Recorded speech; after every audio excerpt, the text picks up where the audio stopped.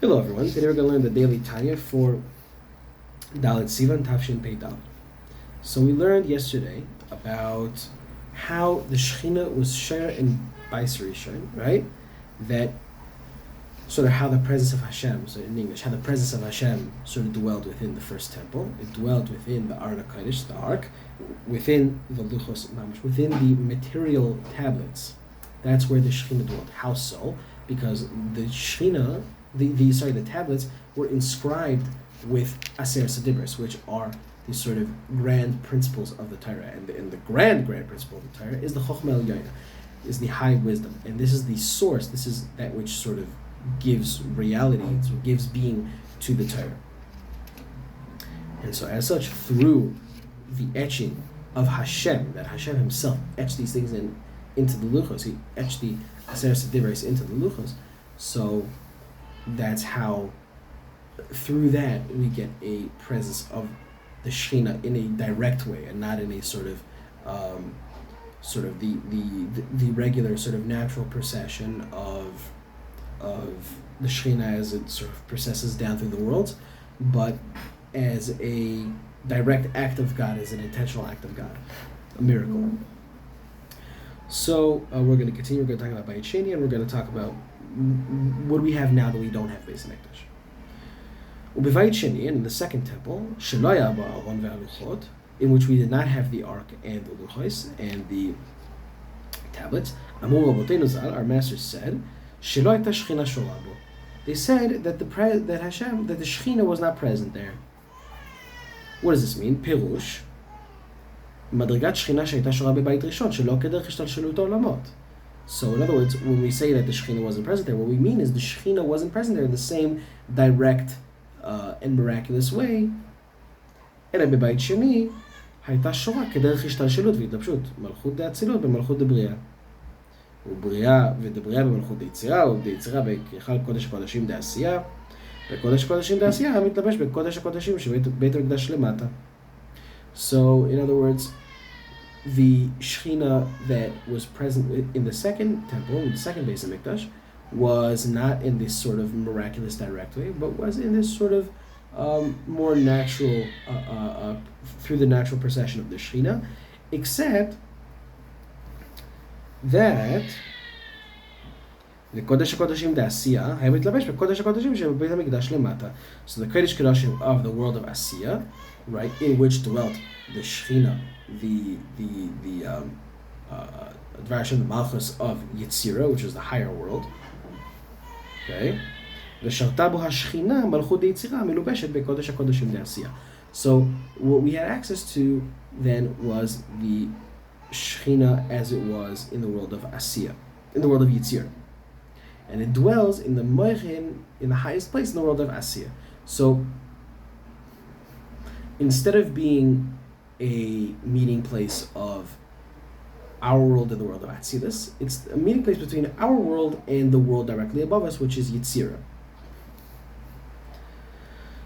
ולכן לא היה רשאי שום אדם להיכנס שם לבד כהן גדול ביום הכיפורים. So, because of the indwelling of the Shechina, whether it's in the direct way or in the indirect way, this is why it was a sacred place into which nobody was allowed to go into, except for the Kohen Gadol on Yom Kippur, the high priest on Yom Kippur, the Day of Atonement.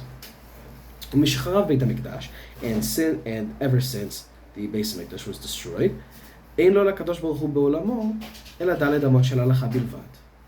So there's a saying of Chachamim. Chachamim say that since Beis Hamikdash was destroyed, so all Hashem has in this world, so to speak, is the 4 cubits of halacha. Right? What was 4 cubits of halacha? It's the space of what you could call sort of the halacha, the law, the mitzvahs, the Torah, if you will. In other words, it's not a physical place anymore. To the extent that it's a physical place, it's a physical place that is instantiated through learning Torah and doing mitzvahs. And even one person who sits and learns Torah, the Shechina is with him. As we see in Maseches Brachos in the first parak. פירוש שכינה עמו, what do we mean שכינה עמו? כדרך השתלשלות והתלבשות. So we mean in the way, in the form, sort of in the classical procession of the Shekhinah down through the worlds. Right? Malchus that Tzilus, but Malchus the Bria, V'Yetzira, V'Asir. Okay, so the sort of, not in the direct way, but in the sort of more hierarchical, sort of naturalistic way of the world. Ki Taryag mitzvot HaTorah, because the 613 mitzvahs of the Torah, Uban kecholan hem mitzvot ma'asiyot. They are mitzvahs that we do in actions. V'gam hatluot b'dibur u'machshava, and even the ones that are, so to speak, entangled with, that deal with speech and with thought, like K'mo Talmud Torah, like learning Torah, and Birkat HaMazon, and the blessing after food, U'kriyat Shema, Tefillah, and prayer. HaKaimalan dirhur lav kediburdam. We know that thought without speech is not, it doesn't properly, it's not a fulfillment of the mitzvah. The mitzvah cannot be fulfilled with thought alone. Until one, it's not done until it's done in the physical action of speech. Right?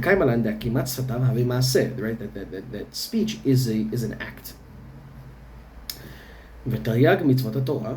And the 613 mitzvahs of the Torah, im sheva mitzvot derabanan, right? Together with the 7 mitzvahs of that were instituted by the rabbis.